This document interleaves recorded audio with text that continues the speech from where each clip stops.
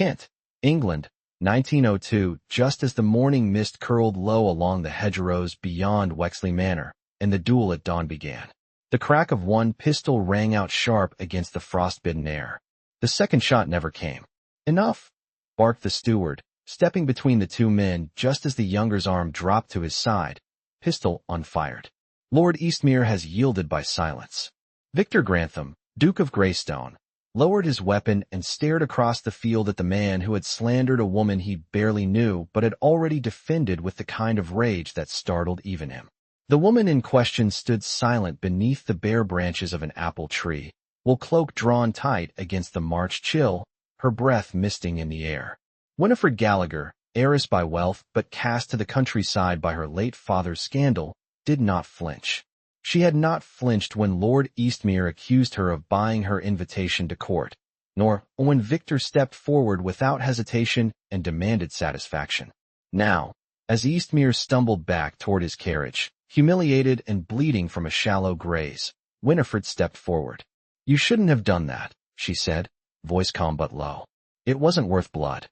Victor turned to her, his breath still fast.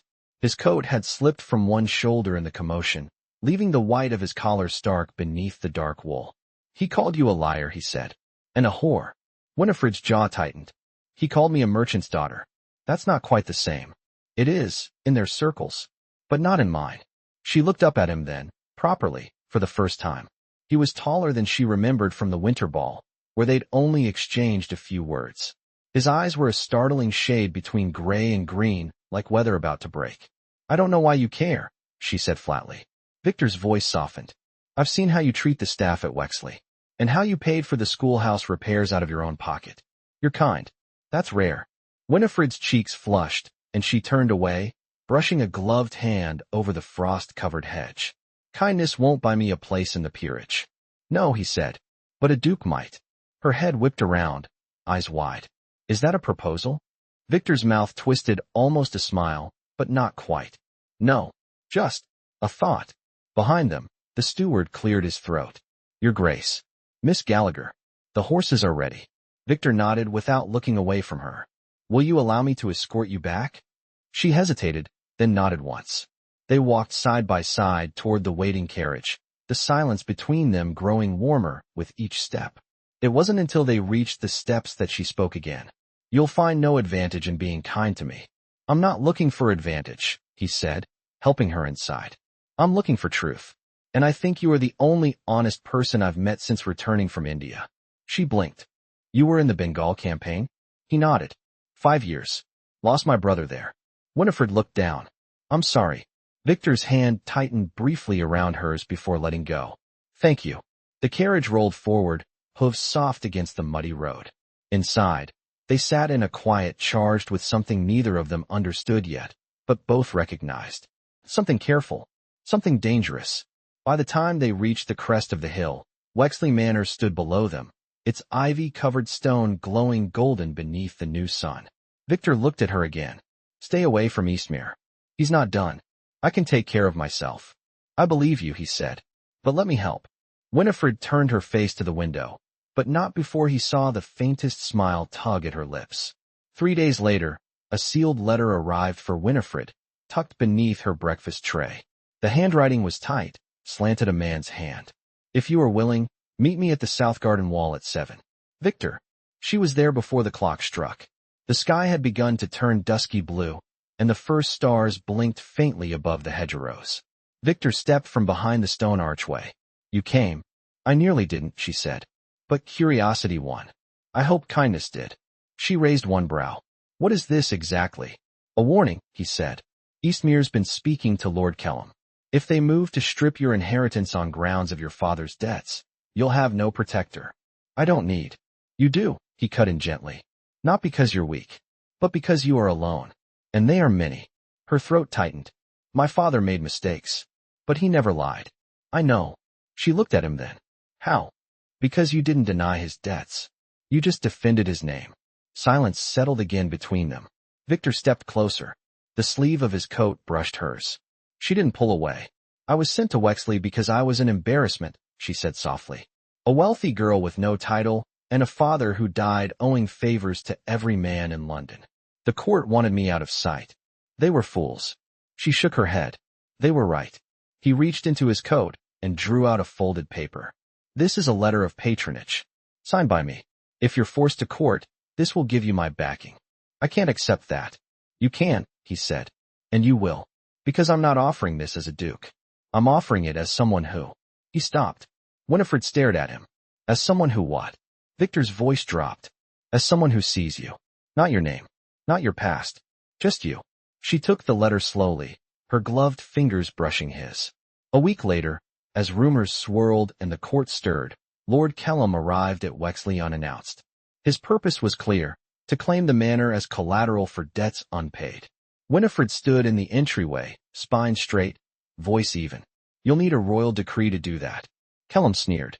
And what nobleman would waste his ink on you? Victor stepped from the drawing room, coat buttoned, voice sharp. I would.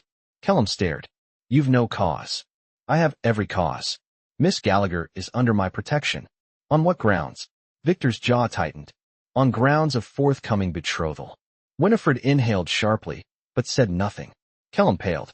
This is folly. Victor stepped forward. It's law.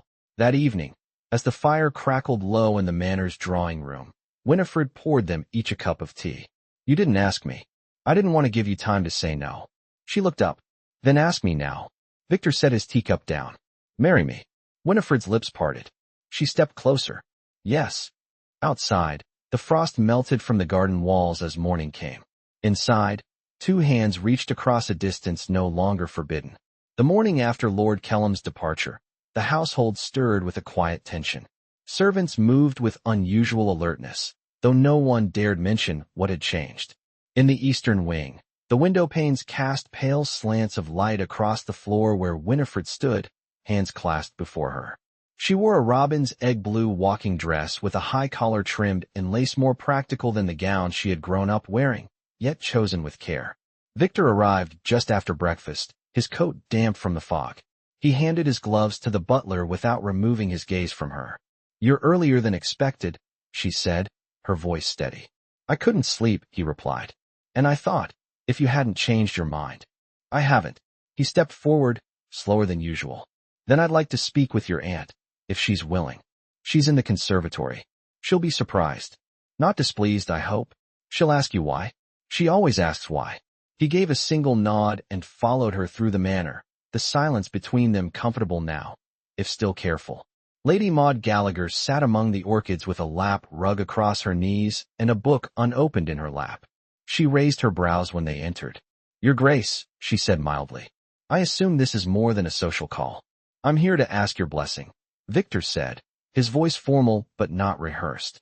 Miss Gallagher has accepted my proposal, but I would not proceed without your knowledge. Lady Maud looked from him to her niece. You're certain, Winnie? I am. And you, Duke? You're a man of position. You could marry any number of titled girls. I don't want a title. I want a wife with a spine and a heart. The older woman gave a short laugh. Well, you'll get both in Winifred. Victor bowed his head. Then may I write to your solicitor? You may speak with him in person. He's due tomorrow. As they stepped into the corridor again, Victor exhaled. I thought she'd make me recite Latin. She nearly did, Winifred said. And thank you for not pretending you're doing this for politics. I'm not pretending anything with you. They walked through the long gallery where portraits of long-dead Gallaghers lined the walls, men in powdered wigs and women with blank stares. I'll need to return to London, Victor said. There are arrangements my estate, my mother. I want her to meet you before the banns are read. Winifred stopped walking. You think she'll approve? She'll notice you. That's more than she spares most. I don't need her affection. I know, he said, but I'd rather she not insult you. I've withstood worse. He looked at her then, not with admiration, but something quieter recognition. I'll send a carriage when I've made preparations, he said. You'll bring your aunt. Of course. Their hands brushed as they parted at the stairwell, a touch that lingered after he had gone. She stood there long after the door shut behind him, one hand resting lightly on the marble banister. That afternoon, Winifred retreated to the study, where the logs in the hearth had burned low. She unwrapped a parcel that had arrived that morning, no note, just brown paper and ribbon. Inside, a leather-bound volume, Essays on the Morality of Nations. She opened the front cover. In the corner, in the same script she'd seen on the letter by the breakfast tray, "Thought you might argue with this one. V." The next morning, the solicitor arrived with his ledgers and spectacles. Lady Maud dealt with him briskly, and Winifred only joined them at the end, when the final documents were set aside. "You'll not be surprised," the solicitor said, "that this union raises eyebrows in town." Winifred answered, "They've always looked down their noses. This only changes where they're pointing." Later that week, the carriage came, polished and crested, with a driver in navy livery. Winifred wore a traveling coat trimmed in sable, and her aunt carried a small valise with lavender tucked into the folds. The road to London was long and muddy with spring thaw, and the conversation waned off into silence.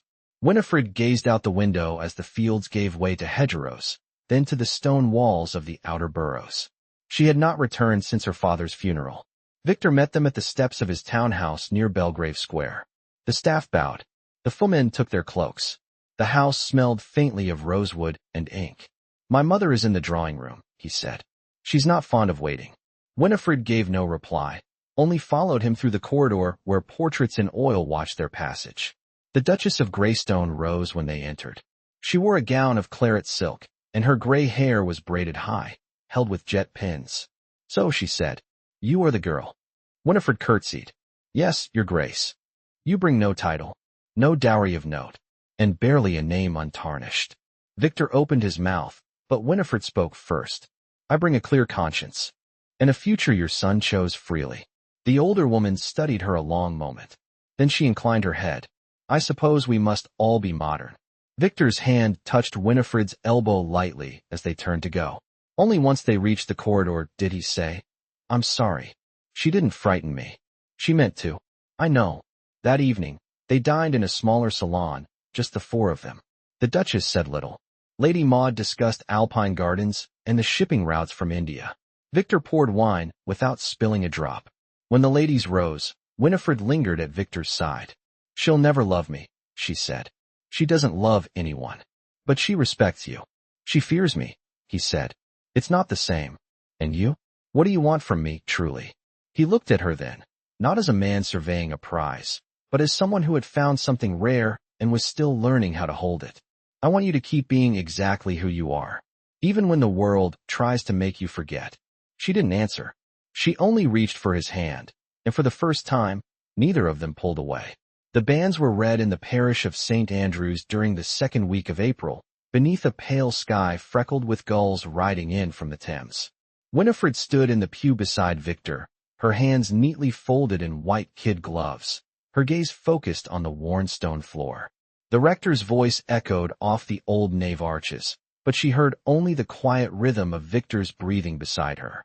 After the service, they walked slowly through St. James's Park, keeping to the gravel path that curved beneath budding chestnuts.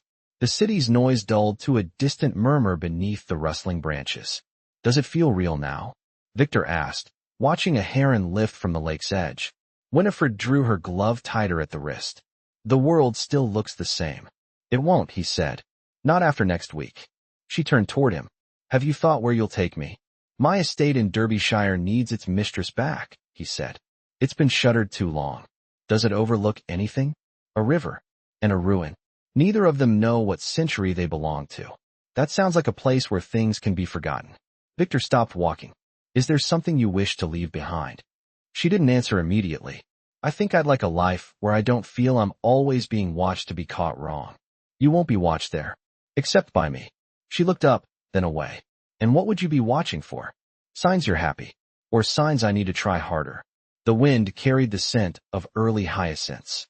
Winifred stepped off the path, her boots brushing the edge of wet grass. "You're not what I imagined," she said finally. "You imagined something?" "I imagined anyone with your title would be colder. Or dishonest. Or both. I was colder once. War will do that." He paused. "Dishonesty, I never had the patience for." They resumed walking, slower now. A child tossed breadcrumbs to ducks near the embankment, and a nursemaid called after him in a clipped Cornish accent that reminded Winifred of a governess she had once adored. Victor stopped by an iron bench and motioned for her to sit. They did, side by side, without touching. He removed his gloves and rested them on his knee. My steward sent word yesterday, he said. There's damage in the south wing. A leak went unnoticed over winter. That can be mended. He nodded. There's also the matter of the village school. The roof collapsed last month. I told them we'd fund the repairs. She glanced at him. We? A duke's purse is large, but his wife's priorities may be larger. She looked down at the pressed edge of her skirt. Do you think I'll be a good mistress of your estate? I know you will be. But it's not the estate that needs you most. It's me. Winifred's throat tightened. She reached for one of his gloves and turned it slowly in her lap. I should write to the headmistress at Wexley, she said. Let her know I haven't forgotten the girls. You'll have time to write from Derbyshire. I'd like to set up a fund, she added, for the children whose fathers left for South Africa and never returned. Victor looked at her without speaking, then reached for her hand, still holding his glove. He didn't take the glove back. You'll do more good than I ever have. You've given me the freedom to try. They sat that way until the light began to dim. A bell rang faintly from across the park, and the ducks scattered at the sound. The following morning, Victor's valet laid out a charcoal morning coat and a pearl gray cravat. The tailor arrived with final adjustments to the wedding suit, and a courier brought confirmation from Derbyshire. The chapel would be ready. In a quiet corner of the townhouse, Winifred stood before a cheval mirror while her aunt pinned a length of lace along the hem of the wedding gown. The fabric was ivory silk, simple and without ornament, save for a line of hand-stitched seed pearls at the collar. You'll be the first woman in this family to marry a duke, Lady Maud said, lips pursed around a pin. I'd rather be the first to marry well. You chose with more sense than most. He listens to you. Winifred met her aunt's eyes in the mirror. I didn't think anyone ever would. That night, Victor sent a message by footman, requesting she join him in the music room. When she entered, he was at the pianoforte, not playing, just resting his hand on the keys. I'm not sure I remember how to begin, he said. Then don't begin. Just play. He looked over at her, then turned back and began something slow and hesitant, an unfinished melody that wandered like a thought half-spoken. She sat across from him, hands folded in her lap, listening. When the final note faded, she said, that wasn't a piece I knew. It wasn't a piece at all. It was just how I feel. She stood and crossed to him, placing one hand gently on his shoulder. Then I won't forget it. Outside, London's lamps flickered to life one by one, and the coming wedding week unfolded ahead of them, not glittering but steady, like a path lit by lanterns hung at eye level meant to be walked, not watched. The morning sun in Derbyshire broke slowly, filtered through high mist and the veil of an early spring rain. From the carriage window, Winifred watched the countryside unfold, green, swelling hills stitched with stone fences, lambs huddled near their mothers, and the smoke of wood fires rising faintly from distant chimneys.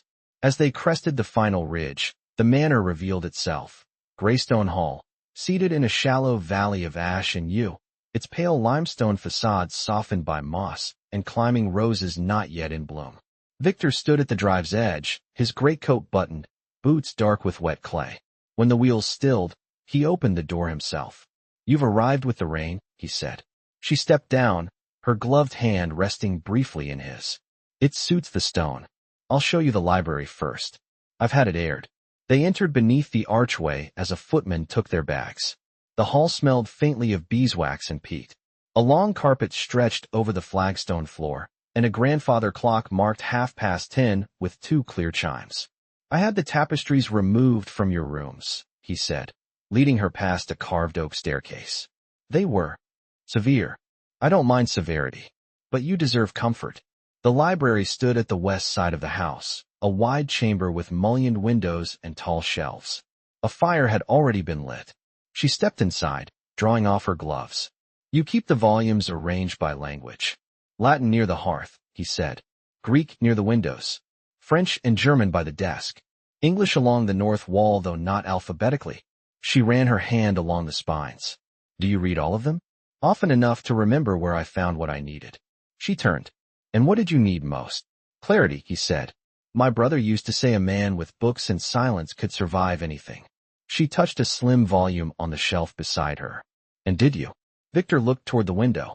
I survived. I don't know if I endured. They moved through the house slowly that day. The drawing room bore a series of watercolors worn from sun, but tender in composition, all of woodland paths and overgrown chapels. She paused before one. These were your mother's? He stood beside her. No, my brother's wife. She painted in the early mornings, before the house woke. Where is she now? Remarried. She lives by the coast. She stepped closer to the frame. There's a softness in these that doesn't match the rest of this house. She was the only softness it had for a long time. They dined in the solarium that evening. Rain tapped the glass roof, and the scent of lemon thyme rose from the herb pots along the sills. The roast was modest, the wine older than either of them. Will the villagers expect a celebration? She asked, folding her napkin carefully. There's already talk of one. A gathering on the green. I told them you would not mind. I don't. There's also a Cartwright's daughter hoping to begin a reading circle. She asked if I might suggest a patron. Suggest her to me, Winifred said. Victor smiled not with triumph, but with quiet satisfaction. I already did. Later, she found herself in the long gallery, the candles flickering in their brass sconces. She stopped before a portrait of a young man with the same eyes as Victor, but a wilder mouth. She didn't have to ask. Victor's voice came from behind her. He would have liked you, but he would have challenged you constantly. He sounds like someone I might have needed. You don't need anyone now, Victor said. But I hope you'll keep me anyway. She turned to face him. You keep offering me things I'm not sure I know how to accept. That's why I offer them gently. The candlelight shifted across the wood floor. She drew one step closer. You're not like any man I've known. And I still don't quite understand what you want from me. Not obedience. Not silence. Not even certainty. Then what? Just your company. For as long as you choose to give it. Winifred looked up at him. And if I choose it for a lifetime? His hand brushed hers, not possessive, but open. Then I would be fortunate beyond words. They stood in the hush of the long gallery, the rain easing at last. Somewhere in the east wing, a clock chimed once. Winifred's hand remained in his. Neither of them moved to break the silence.